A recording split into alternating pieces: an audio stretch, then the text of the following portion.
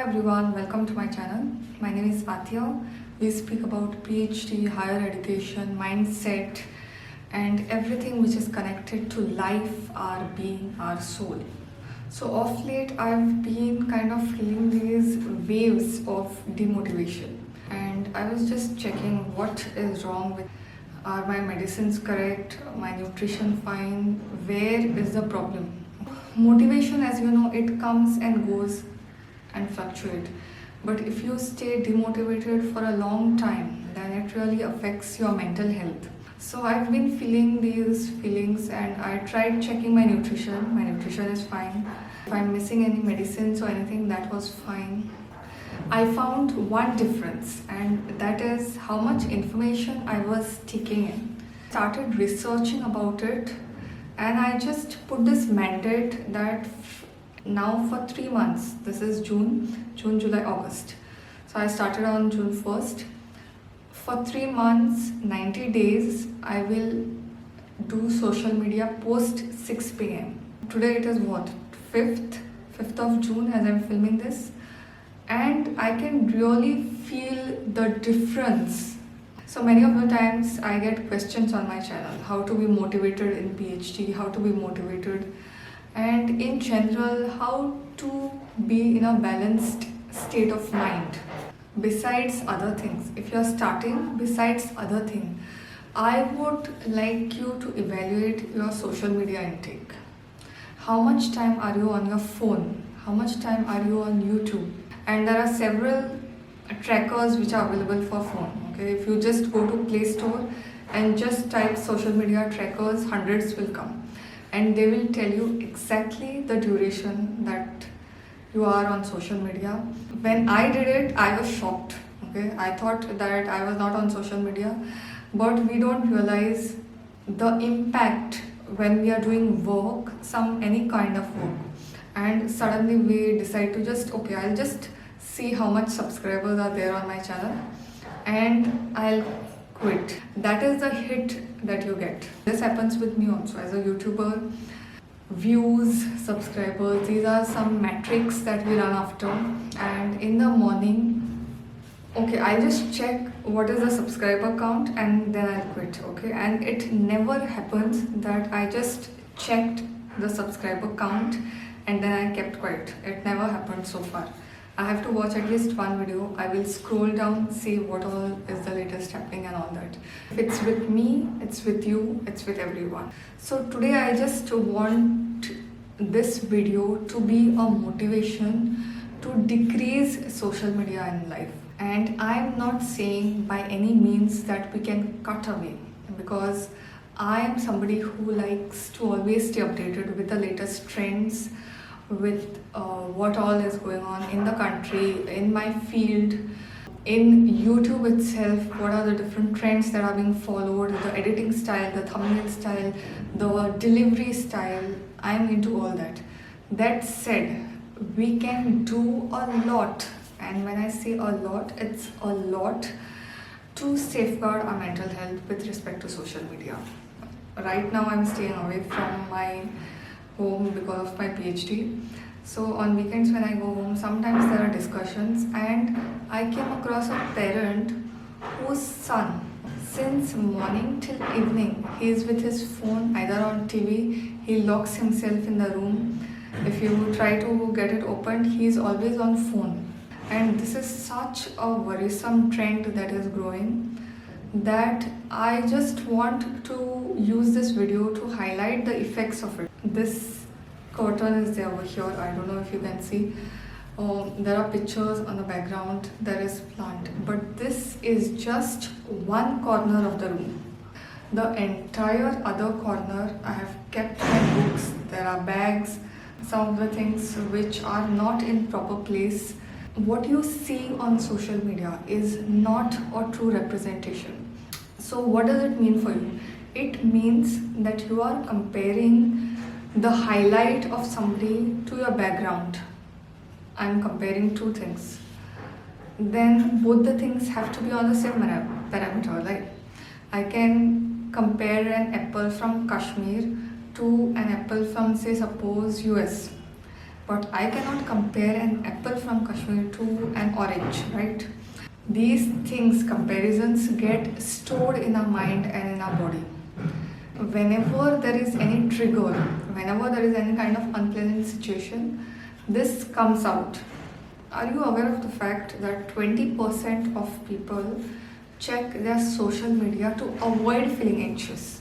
There's something called as fear of missing out, FOMO. I'm sure if you are anywhere on YouTube or any other social media, you must be aware of this. When I go to my college mess, half of the people, while eating, they are on phone. During the conversations, it just cannot happen that you are not checking phone. In the conversation also, you want to check your phone. Why? If you get an important call, if it's something important, it will reach you. Okay, and I'm living these days on this premise. If it's that important, it will reach you. Then other symptoms are spending more time on social media, more time meaning 6 hours, 7 hours. You will be surprised if you install the tracker that I told you earlier, the amount of YouTube and the amount of Instagram, Facebook you're watching. If say suppose somebody asks you, how much do you spend on YouTube? What will be your answer? You know how much you're spending, but if you answer it with a less number of hours, suppose you are on Twitter for 2 hours, but you say 1 hour, that means subconsciously you know that you are subscribed to these kinds of thoughts. Failing in your attempts to cut back on social media, failing in your attempts, you lock your mobile and keep it away, and you are still doing it, you are still watching it. If you are losing interest in work, in family, in other activities, and you are constantly on phone, you are not even aware of it. This is for all those who are feeling demotivated. Check your YouTube usage, how much you are on phone. Just check that. Get it under control. Your motivation will shoot. That is my promise. When somebody posts something, it will always be the best thing in his life. It will always be the best moment. And when we look at it, it fosters lack of self-esteem. Okay? In fact, there is one study which says that the more amount of time you spend on phone, the less is your self-esteem. Also, our bodies are designed to be different. When we look at this picture perfect models, the perfect actually does not exist, but we feel they are perfect because of their shape and figure. So it leads to a lot of body image issues. Earlier, I used to be subscribed to channels who are strictly into weight loss, who are strictly into transformation and all that. And even if that topic was of interest, I chose to unsubscribe it. Our bodies are not just about weight. It's also about beauty. It's also about nutrition, assimilation, and there are so many things which are associated. But social media has put the focus entirely on just one thing, the figure and stats. You know something? Facebook, when it started, it was restricted to Harvard students, okay? Because Mark Zuckerberg is from Harvard, right? So whoever had Harvard email address, only they could access it. Then gradually access was given to Stanford, Yale and other universities. Then the access continued to students who were above the age of 13. So these are basically teens, they are teenagers. And they started also evaluating the effect of Facebook on these people. And they found that the more the usage, the mental distress became very evident. Okay, and this was not even when Facebook is evolved as of now. It was in preliminary stages. So you imagine the kind of impact that it has, okay? Especially now that it is full-fledged, customized. There are so many add-ons that you can install. There are so many things that you can do with YouTube, with Facebook and all that. When we are on phone, when we look at these sites, there is a hit that we get. Okay, it's like drugs. When we have drugs, we get a high. Means I don't have, but people who have. The neurotransmitter is dopamine. It thrives on the exposure. Okay, so if you look at phone on these sites, whether it's YouTube, Instagram or anything, when you look at it, you get a dopamine hit. That dopamine hit will push you to see more content. It's like if you have one cigarette, it's not enough. So your tolerance increases, you will have more cigarettes. Whenever we give like, or whenever we give something like some form of feedback, so the neurotransmitters get strengthened and they get wired for such responses. Okay, if I do this, I will get likes. So let me push this behavior on this person. And we have so many friends on the internet, but we don't have it in person. If you don't have it in person, that's okay, but that just goes on to say the kind of loneliness that we have. Like when I was in college, it was a cool thing to post a status on Facebook. Now Facebook is no longer the ultimate hero. Now it's YouTube and Instagram. It's cool to post stories and to show to the world what all is been going on. But it's so mentally exhausting sometimes. When I had started YouTube and I was doing Instagram a little bit, I started posting stories, and the pressure to post stories, okay, because stories disappear in 24 hours. So you have to keep on posting for your readers to get engaged. And I just realized that working on multiple platforms is just not for me. The pressure really got to me. I started neglecting my health. I started neglecting so many things that I was doing in the fear that I will miss out on posting. So these things really got to me, and then I decided I will just focus on YouTube, not Instagram. And since then that I've kept this one target, things have been well with me with respect to mental. Current went off, so just bear with me. I'm just about to finish. We need to be aware of what all things are going on. We need to be aware of how it's affecting, and you will be aware of it once you stop using it. When you are in that zone, you won't be able to do anything. So that's what I wanted to say.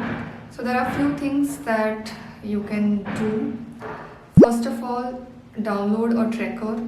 Okay, awareness is the key to change. I'll link some of the trackers below if you are interested. Make a rule for yourself, and if you are not able to follow it, take external help.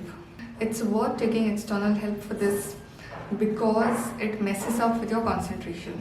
I am able to do it, but it took me a long time to come to this point where, okay, now this is something that I'm going to follow for next 90 days. So it's something that may not work for everyone. If you have never stayed away from social media, YouTube, Twitter, Facebook, Instagram, whatever, then what you can do is in 1 week, you can put one day where you will not touch any kind of these apps. If you check your phone, the color of the app, the size of the app, size when I say it's the external, the icon, what all symbols are going on, it's all a part of the design team of that app. It's designed in such a way that you go and click even more. So there is one app which turns all these kinds of apps into a grayscale. So you can install that and see if your usage reduces. Okay, because we feel these are simple things, but there are actually teams and teams which are just managing this particular design aspect, so that you go and click over there more and more. So that's what I wanted to share with you today. If you are struggling with anxiety, motivation and all that, this is one point that we often miss. The information that you have becomes part of your DNA, part of your soul, and your soul is responsible for all the work that you do. Okay, so we want it to be pure and we want it to work in our favor rather than against it. Till the next time, bye.